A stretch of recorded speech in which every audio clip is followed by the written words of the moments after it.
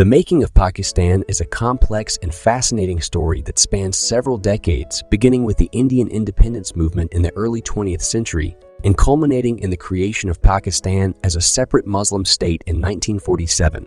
The Indian independence movement was a long and arduous struggle for freedom from British colonial rule, which began in the late 19th century and continued until India's independence in 1947. The movement was largely led by Indian nationalists who sought to create a unified, independent India free from British rule.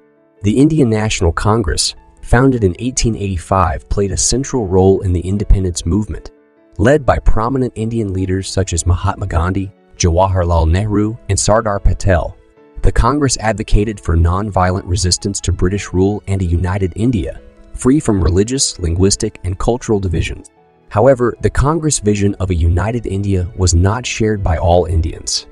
Many Muslims in particular felt that their interests were not being represented by the Congress, and that a unified India would be dominated by Hindu interests. This led to the emergence of a separate Muslim political identity, which ultimately led to the creation of Pakistan. The idea of a separate Muslim state was first proposed by Sir Syed Ahmed Khan, a prominent Muslim leader and educator in the late 19th century, however. It was not until the 20th century that the demand for a separate Muslim state gained momentum. In 1906, the All India Muslim League was formed, with the goal of representing the interests of Muslims in British India.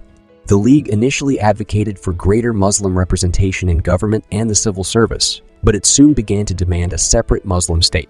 The League's demand for a separate Muslim state was rooted in a belief that Muslims were a separate nation with distinct political, social, and cultural identities that could not be accommodated within a united India. The League argued that a separate Muslim state was necessary to protect the interests of Muslims and to prevent their domination by the Hindu majority. The demand for a separate Muslim state gained significant momentum in the 1930s and 1940s, as tensions between Hindus and Muslims increased. The Congress, which had previously advocated for a united India, began to lose support among Muslims who felt that their interests were not being represented. Meanwhile, the League, under the leadership of Muhammad Ali Jinnah, became increasingly militant in its demand for a separate Muslim state. In 1940, the Muslim League held its annual conference in Lahore, where it passed a resolution demanding the creation of a separate Muslim state in the northwestern and eastern regions of India. This resolution became known as the Lahore Resolution, and it marked the beginning of the demand for Pakistan. The demand for Pakistan was initially focused on the northwestern region of India, which had a Muslim majority. However, it soon expanded to include the eastern region of Bengal, where Muslims were also a significant minority. The demand for Pakistan was rooted in a belief that Muslims could not coexist with Hindus in a united India, and that a separate Muslim state was necessary to protect their interests. The demand for Pakistan was initially opposed by both the Congress and the British, who believed that a united India was the best solution for the country.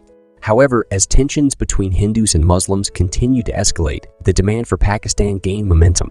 In 1947, the British government announced its plan to divide India into two separate states, India and Pakistan. The decision was met with widespread violence and displacement, as millions of people were forced to migrate to either India or Pakistan based on their religious identity. On August 14, 1947, Pakistan became an independent state, with Muhammad Ali Jinnah as its first governor. Don't you lose sight of what